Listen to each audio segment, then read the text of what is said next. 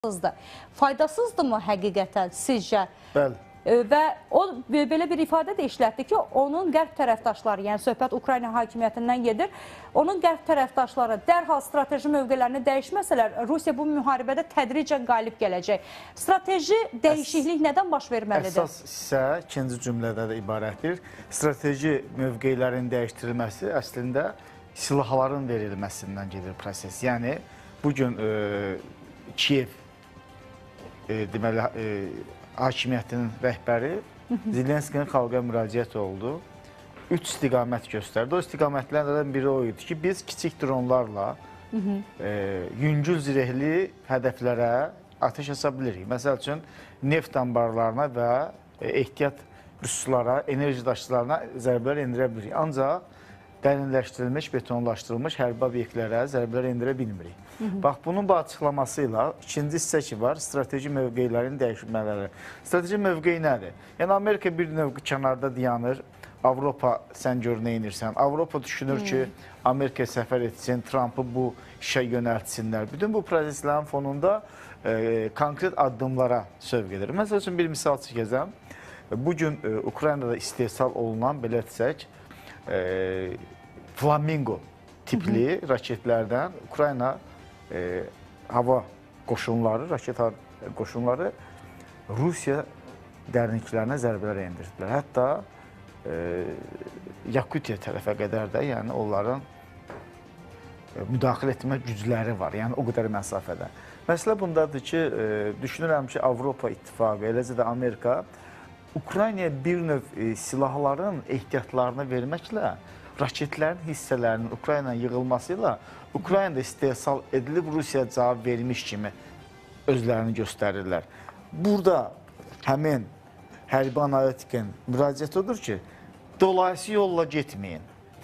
Birbaşa addım atılsın. Konkret Ukraynaya birbaşa dəstək olmalıdır. Bu dəstəyin içində eləcə insani dəstəkdən gedir, texnoloji dəstəkdən gedir və raket və digər elektronik vasitələrin verilməsindən gedir. Sizcə yetərsizdirmi? Çünki Avropa əslində ayırır, müəyyən büdcələr ayırır. Bir tərəfdən sanksiyalar tətbiq edir, digər tərəfdən Rusiyanın dondurulmuş aktivlərindən xüsusi hissə Ukraynaya ayrıldı. Amma hələ ki ciddi bir nəticə yoxdur. Strateji mərkəzlərin ifadəsini siz az öncə qeyd etdiniz ki, Rusiya-Ukrayna müharibəsi 4 ildir davam edir.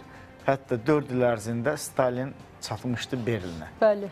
Hətta nəzərə salsaq ki, indiki kimi sürətli texnikalar yox idi. Tanklar orta sürətlə az gedirdilər, təyyarələr alçaqdan uçurdular. Hələ bu müqayisənin özünə gələndə Rusiya o dövrki Rusiyadan çoxmu zəifdir? İndiki Rusiya o zamanki Sovet Birliyindən güclüdür. Rusiyanın zəif tərəfi insani çatışmazlıqdır. Çünki Sovet Rusiyasının tərkibində 15 respublikanın insanları, 1 milyona yaxın Azərbaycanlılar iştirak ediblər orada. Bütün Qafqazdan, Orta Asiyadan və yaxın Sibirdən onların qeydiyyatları yoxdur. Buna görə də insani baxımdan Rusiya ehtiyatları tükənməkdədir. Amma bizim hərbi analitikin, yəni Avropa hərbi analitikin dediyinə görə Rusiya texnoloji cəhətdən üstünlük əldə edir. Və Rusiya bugün döyüş mövqelərində yeni raketlər gətirə bilir və kontinentin Cənubi Latin Amerikasına belə Arashnikov tipli raketləri apara bilir. Bu həyəcan təbliğidir. Bu həyəcan təbliğidir və Zelenskinin müraciətində də biz analitik mərkəzlərin müzakirələri eynidir deyə həmin fonun arxasında müraciətlər eyni səslənir. Onun Avropa İttifaqı və Amerikanı konkret addımlar atmağa çıxış edir. Digəri Almaniyadan çıxış edir ki, Rusiya zəifdir, 4 ilə gəlib çıxmışdır. Almaniya amma 4 ilə 20% belə baxsaq biz xəritəyə, Ukraynanın xəritəsinə, yəni Ukraynanın 4-5də 1 hissəsi işğal olunub, dirəkdə Kiyevə çata bilmir. Bunlar hamısı ona göstərir ki, analitik və güc mərkəzləri Rusiyanın dayanaqlılığını yoxlayırlar. Amma burada bir itiriləcək faktor var. Psixoloji üstünlüyə əldə etmək. Burada bir faktor var. Bunlar bir şeydə səhv edirlər Cələ xanım. Zaman itirirlər. Zamansa Rusiyanın xeyrinə yönəlir. Rusiya strateji tərəfdaşlar tapdı. Rusiya Kimdir strateji tərəfdaşları? Şimali Koreya. Şimali Koreya, Çin. Rusiya zavodlarını artıq Rusiya ərazisindən, hərbi zavodlardan gedir məsələ. Rusiya ərazisindən kənarda istehsal, artilleri silahlarına və digər silah əldə edir. Onların dəmir, digər barıt və digər texnoloji vasitələrlə, elektronik vasitələrlə bu vasitələri artıq əldə etməyə çalışır. Rusiya bir növ İran müharibəsində də bəzi məsələləri bəlirlədi Amerika ilə. Burada zaman Ukraynanın ziyanına, Ukraynanın arxasında duranların ziyanına, Rusiyanın isə xeyrinədir. Bütün hallarda biz tarixə söykənsək, bütün hallarda burada Rusiyaya qarşı koalisiya konkret addımlara keçməsə, Rusiya Ukraynanı belə desək, fərzləyəcək. Və bu, hər bir kəsə faciə ilə tamamlanacaq. Birinci olaraq Pribaltik ölkələri, ikinci olaraq postsovet ölkələri, üçüncü olaraq, elə mən sizə deyim ki, Rusiyanın prezidentinin açıq bir sözü var. Bundestagda astığımız bayrağı unutmasınlar. Və Stalinin Polşaya verdiyi torpaqlarda unutmasınlar. Pribaltikə nə vermişiksə, onu ala bilərik. Rusiyadan təbii ki, bu kimi ifadələr səslənir. Bu cür baxın, hərbi siyasi böyük ifadələr səslənir. Amma əməldə yoxdur Rusiyanın elə bir ciddi hərbi siyasi rəhbərdən gedir. Putin bu rəhbərlər kimi, Avropanın rəhbərlər kimi 4 ildən bir dəyişmir. Bidenin yanaşması fərqlidir. Trump'ın yanaşması fərqlidir. Almaniyanın kansleri var idi, qadın. Angela Merkel deyirsiniz? Onun yanaşması fərqlidir. Yəni, bütün bunların fonunda burada hərbi siyasi belə desək, hissə dəyişmir, beyin dəyişmir. Bax, bir nümunə çəkəcəm sizə sizin çıxışınızdan. Siz qeyd etdiniz ki, Amerika Zelenskinin əvəz edici adamı axtarır.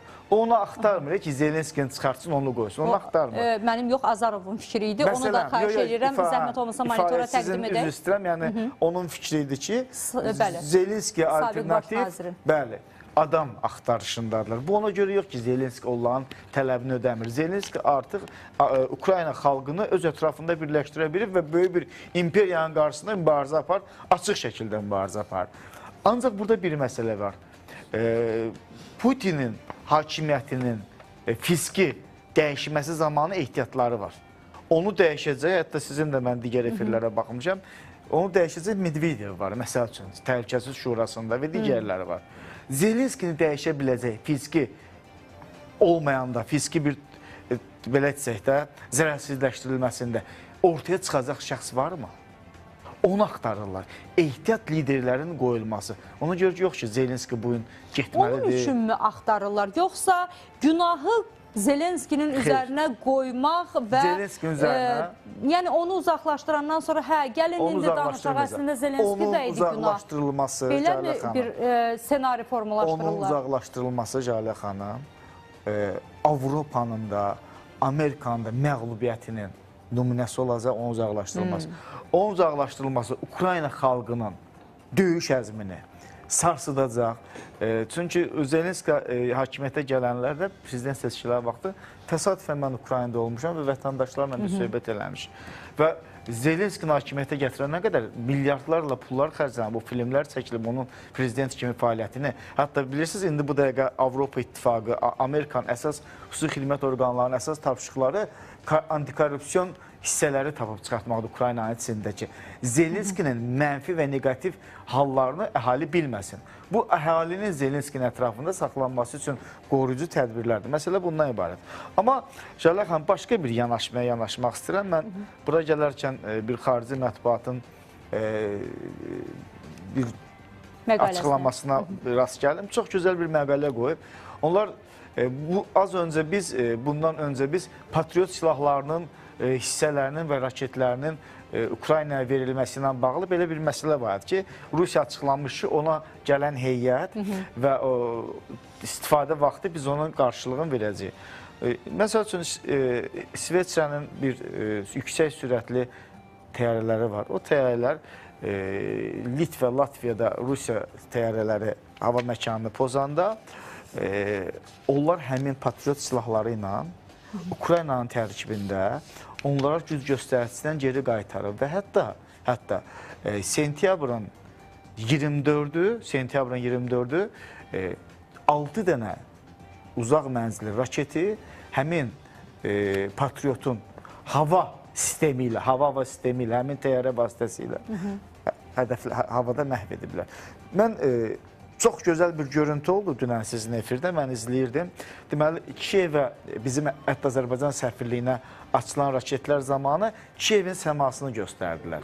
O Kiyevin səmasını insanlar baxır, onu təhlil eləmək lazımdır. Bəlkə bu ifadədən sonra onlar bir də təkrar baxacaqlar. İsrailin üzərinə İran raketləri yağdıranda biz İsrail fəzasındakı partlayışları görürdük. Elə bilsən ki, ferverdir, bir füşəngdir, bir eyni hava hücumundan müdafiə sistemini qururlar Kiyevin üzərində. Yəni bunu Avropa İttifaqı, Kiyevin arxasında duran şəxslər bacarıblar.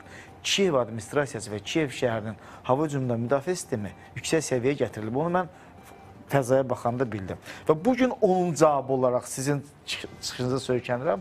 Az öncə dediniz ki, 12 vilayətə eyni anda zərbələr endirib Rusiya. Yəni Rusiya atdığı raketlərin nəticələrinə baxır ki, bugün mən tutaq ki, 20 raket attım Kiyevə, bunun 3-ü hədəfə çatdı və bunun 17-si məhv olundu və hava hücumu müdafiə sisteminin Kiyevdə nə qədər yüksək olduğunu dərk edir və nə edir?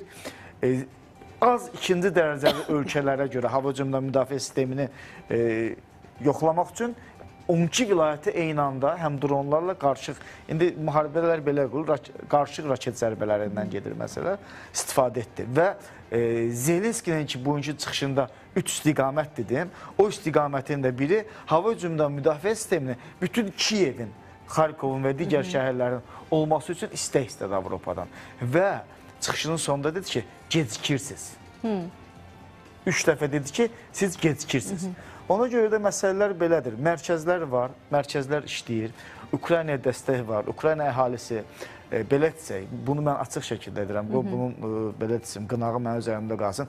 Hər bir Sovet Rusiyasının işğalının altında qalan, onun əziyyətini çəkən xalqların yerinə bugün mübarizə aparır. Yəni onların döyüş əzmi qırılmalı deyil və o da müraciət etdi ki, hər kəs bizə dəstək olmalıdır. O onların müharibəsidir. Amma acı həqiqət odur ki, 100 il bundan öncə həmin bu bolşevik Rusiyası bizim bu 15 respublikanı belə tək-tək Orta Asiyadan başlamış, Cənubi Qafqaza başlamış, Ukrayna istiqamətə doğru bunu işğal etmişdir. Bu faktor özündə ehtiva edəcək. Siz çox gözəl bir məqama toxundunuz əvvəldəki. Əslində prosesləri gecikdirməklə, yardımları gecikdirməklə Rusiyanın əlini gücləndirirlər istəmədən. Rusiya burada vaxt qazanır və cəbhədə müəyyən az da olsa irəliləyişə nail ola bilir. Yaxşı, bunun qarşısını almaq üçün sanksiyalardır, digər paketlərdir, yardım paketləri, bunları qoyduq kənara. Rusiya ilə NATO'nun toqquşmasından söhbət gedirdi. Niyə NATO ölkələrindən biri prosesə müdaxilə eləmir? Rusiyanın qarşısını ala biləcək şəkildə. Çünki əlavə qapılar açılsa, Rusiya orada da döyüşmək məcburiyyətində qalacaq və digər cəbhələrdə döyüşmək onun gücünü zəiflədir və nəticə etibarilə Ukraynadakı əlini də zəiflədir. Məsələ fiziki döyüşdə deyil, Cələ xanım. Fiziki döyüşə qalsa... Nədədir bəs? Raket zərbələrinin endirilməsidir. Yəni, Rusiya komandanlığı, ali komandanlığı və onun fonunda Medvedevin açın. Çox adam digər efirlərdə deyirlər ki, yox, atom silahı istifadə olunmaz, kütləvi qırğın silahlar istifadə olunmaz. Sizcə onlar? Dərin raket zərbələr istifadə olunmaz, bu kimisə qərarına bağlıdır, bu kollektiv qərar qəbul olunmalıdır. Amma Rusiya tərəfdən onların strateji hədəfləri tərəfindən düşünəndə görür ki, Rusiya Ukrayna müharibəsini özünün həyatda qala bilmə addımı kimi qiymətləndirir. Rusiya burada hər bir işini xərcləyəcək ki, bu müharibədə qalib çıxsın. Dediyim o müdaxilə olsa da mı Rusiyanın qalib çıxacağına inanırsınız? Yox, o çalışacaq çıxsın. Və bizim onun bu müharibədə qalib çıxmamasının yeganə yolu zamanı uzatmaq lazım deyil. Bax, Zelenskinin bugünkü çıxışında qeyd edir ki, mən yüngül hədəfləri, zərbələri endirirəm. Baxın, Rusiyaya qarşı kiçik bir dövlət. Mən hərbi büdcələri açıqlayacağım, nə qədər hansı dövlətlə müqayisə edəcək, Ukrayna Rusiya ilə bağlı. Kiçik bir dövlət, əhalisi ondan qat-qat az. Birbaşa dəstəkləri yox. Amma 4 ildir insanlar metrə-metrə, qarış-qarış, səncər-bəsəncər dövlətlərini qorumağa çalışır. Bax, xəritə bizim arxamızdadır. Dövlətlərini qorumağa çalışırlar. O Pakrovskıda küçə döyüşləri gedir. Təsəvvür edin ki, dronları avtomat əvəzinə işlədirlər. Hər bir əskərə bir dron göndərirlər. Məsələ bundadır ki, bu çox böyük bir mücadilədir, çox böyük bir savaşdır və Rusiyanın əsas hal-hazırki tapşırığı, komandanlığın əsas tapşırığı Yarova, Slavyanski, Kramatorski, sonra Pakrovski, bu xətt var, hücum xətt. Bu hücum xəttini bərabərləşdirməkdir. Baxın, əgər hər an, məsələn, Pakrovski istiqamətində əməliyyatı dərinləşdirsələr, oradakı qüvvələr mühasirəyə düşəcək. Sonra Konstantinovkada əməliyyatı dərinləşdirsələr, orada Ukrayna qoşunları mühasirəyə düşəcək. İstərsə Kramatorski ilə Yarov arasında kəsmə əməliyyatı eləsələr, orada mühasirəyə düşəcək. Yəni, məsələ bundadır ki, Rusiya qoşunlarının hərbi taktiki strategiyası arxaya keçmə, raket zərbələrlə vurma, kiçik qruplaşmalarla içəridə olan qüvvələri sıradan çıxartmaqdır. Yəni, resursları var, Ukraynadan çoxdur olan resursları. Baxın, Rusiya Ukrayna bugünə qədər 150 milyard pul sərf edib, bu onun büdcəsinin, belə desə, ümumi son illərin büdcəsinin 50% deməkdir. Rusiya ondan bir qədər çox istifadə edib, 750 milyard səhv eləmirəmsə, o da onun büdcəsinin 8%-dir. Baxın, həm əhalinin, həm ölkə ərazisinin, həm istehsalın, həm təbii sərvətlərin satışı, bugün Ukrayna hansı təbii sərvətlərin satışa çıxarda bilir? Bugün Ukraynanın hansı ehtiyatları var? Amma Rusiyanın bir tərəfində müharibə gedir, digər tərəfi qazda satır, neftə satır, digər vasitələr də satır. Yox, Ukraynanın əlində var əslində, sadəcə onlara... Müharibə şəraitidir. Bəli, müharibə şəraiti, Cəlil xanım. Çünki elə həmin ehtiyatlar uğrunda da Trumpla mübarizəsi gedirdi, xatırlayırsınızsa, Trump onlara göz dikmişdi. Neçə zərbə endirilib bugün siz dediniz, qeydlə, 789 yoxsa... 768 idi, 68 zərbə bir gün ərzində. 769. Bəli, bir gün ərzində görün nə qədər böyük üstü. Raket var, onun qiyməti 1 milyon dollardır. Elə bax, Rusiyanın istehsal etdiyi raketlər var, dünya səviyyəsində onun qiyməti 1 milyon dollardır. Siz təsəvvür edin, bir dəqiqə ərzində bu raketlər atılır, yerinə qoyulur və s. Bunun yerinə qoyulması, Zelenski bu elə bir strateji yerə toxundu ki, çox strateji bir yerə toxundu. Dedi, mən yüngül hədəfləri dronlarla vururam. Siz onların istehsalı üçün qorunan hədəflər üçün mənə silah verin. Yəni, bu nə deməkdir? Hərbi zavodların... Onu da kim verə bilər? Trump. Trump üçün... bir tərəfdən deyir ki, Rusiya-Ukrayna müharibəsini mən dayandıra bilərəm. 8 müharibəni dayandırmışam, 9-cu da bu olacaq. Yaxşı, deyək ki, müharibəni dayandıra bilmədin. Atəşkəs yolu ilə bu alınmadı. Heç olmasa digər tərəfin qalib gəlməsi üçün səndən umduğu o silahlar ki var, onları təqdim elə, onları da təqdim eləmir. Burada Trump'ın maraqlarına gələk. Niyə? Təqdim etmək istəyir. Bəs niyə eləmir? Ona görə ki, artıq Rusiya öz bütün ehtiyatlarını Venezuela'ya göndərir. Təqdim etmək istəyir. Çinlə getdi, görüşdü. Bax, biz görürük ki, Trump Çinlə görüşdü. Sonraki prosesləri o görüşlə əlaqələndirmirik. Əlaqələndirək. Bu görüşdən sonra, sizi də ifadə etdiniz, Çinin gəmiləri artıq Yaponiyaya doğru, Yaponiya sularına doğru hərəkət edir. Bütün gəmi, bütün kreyserlər, həm havadan, həm sudan, həm də suyun altından. Bu nə deməkdir? Sən oradakı işini verirəm sənə. Baxın, hamısının başı qarşılayacaq bir şey var. Özü Venezuela'da məşğul oldu. Başa düşürsünüz? Yəni, proseslə Koreya bu tərəfdən. Yəni, proses ondadır ki, qlobal müharibələrin içindəyik. Qlobal müharibələrin içində. Bu qlobal müharibələrin sonlanması zamanı gəlməlidir. Bu zaman üçün bu aparıcı qüvvələrin biri məhv olmalıdır. Yəni, dünya hərbi gücündən gedir məsələ. Dünya hərbi gücü kimdir? Amerika Avropa ilə bir blokdadır. Yaponiya da blokdadır. Çin Koreya ilə bir blokdadır. Rusiya da blokdadır. İran Rusiya ilə bir blokdadır. Hindistan da blokdadır. Bu məsələ proses bundadır ki, indi dünən bir açıqlama getdi. Onu istəyirəm çatdırın mən mütləq şəkildə. Siz gedişə baxın. Deməli, deyir ki, Ermənistan vasitəsilə Ukraynaya taxıl gedəcək. Taxılın pulu Rusiyanın aktivlərinin, dondurulmuş aktivlərin hesabına Ermənistana veriləcək. Yaxşı, belə bir sual verirəm mən. Ermənistan öz bizim ərazimizdən taxıl gəlir, gedir. Bu Ermənistanın taxılı oradadır. Siz oyuna baxın, Rusiya taxılı, məsələn, Ermənistana göndərib öz aktivlərindən pulunu çıxardır. Bax, budur məlumat. Məlumatı düşünüb ortaya qoysan budur. Necə olur? Ermənistanın taxılı yoxdur, amma Ukraynaya taxıl gedəcək, Rusiyanın aktivlərindən pul gələcək. Hara gələcək? Nə qədər Ermənistana gələcək, nə qədər taxılın sahibini edəcək. Ya taxılın sahibi onu ardınca göndərib ki, sən sat, mən öz pulumu çıxardım. Məsələ bundadır ki, Rusiya... Bu dolayı yolla Rusiya taxılının Ukraynaya getməsi deməkdir, sizin təbirinizcə. Bəli, Rusiyanın Avropaya qarşı instinktini oyadıblar. Rusiya Avropanın içindəki proseslərə qoşula bilir. Rusiya kontinentinin o daxilindəki Venezueladakı proseslərə qoşula bilir. Bunu özləri etdilər. Rusiyanın istəyi var idi Kiyevə qarşı. Var idi onun istəyi. Müharibə başlayan anda bir şərt qoydular ki, Avropa, sən öz ərazinin bütövlüyünü bərpa et. Başladı müharibəyə itkilər, verdi. Rusiyanın bütün gücünü Ukrayna üstünə verdilər. Biz silah verə bilmərik, bizim müqaviləmiz var. Bütün Ukrayna atıblar bütün Rusiyanın caynağına. İndi düşünürlər ki, verək, verməyək. Günah səhv onlardadır. Əvvəldən deyərdiniz ki, bəli, NATOya girmir, Ukrayna qalır yerində. Bəlkə Rusiya hücum eləməyəcək, bəlkə. Amma bütün hallarda mən sizə açıq şəkildə deyim ki, bütün proseslərin sonunda 2014-dəki olan proseslər 2021-22-də təzədən 10 ildən sonra digərinin vaxtı proses oldu ki, bunlar fikirləşir ki, biz bərpa eləyək, bizi alladıblar. Soyuq müharibəni saxlamaq üçün Qarbaçovu allatdılar, nüvə silahları tərk olundu, özləri hegemon oldu, dollardan dünyanı idarə edirlər, mən heç nə eləyə bilmirəm, neft əlimdə qalıb.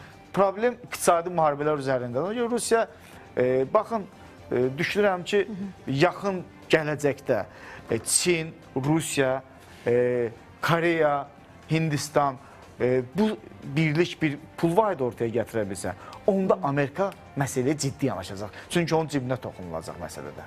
Düşünürsünüz, hamı evində oturub, heç kim qapısı döyülmür, hamı Ukraynanı verib qabağa, elə deyil.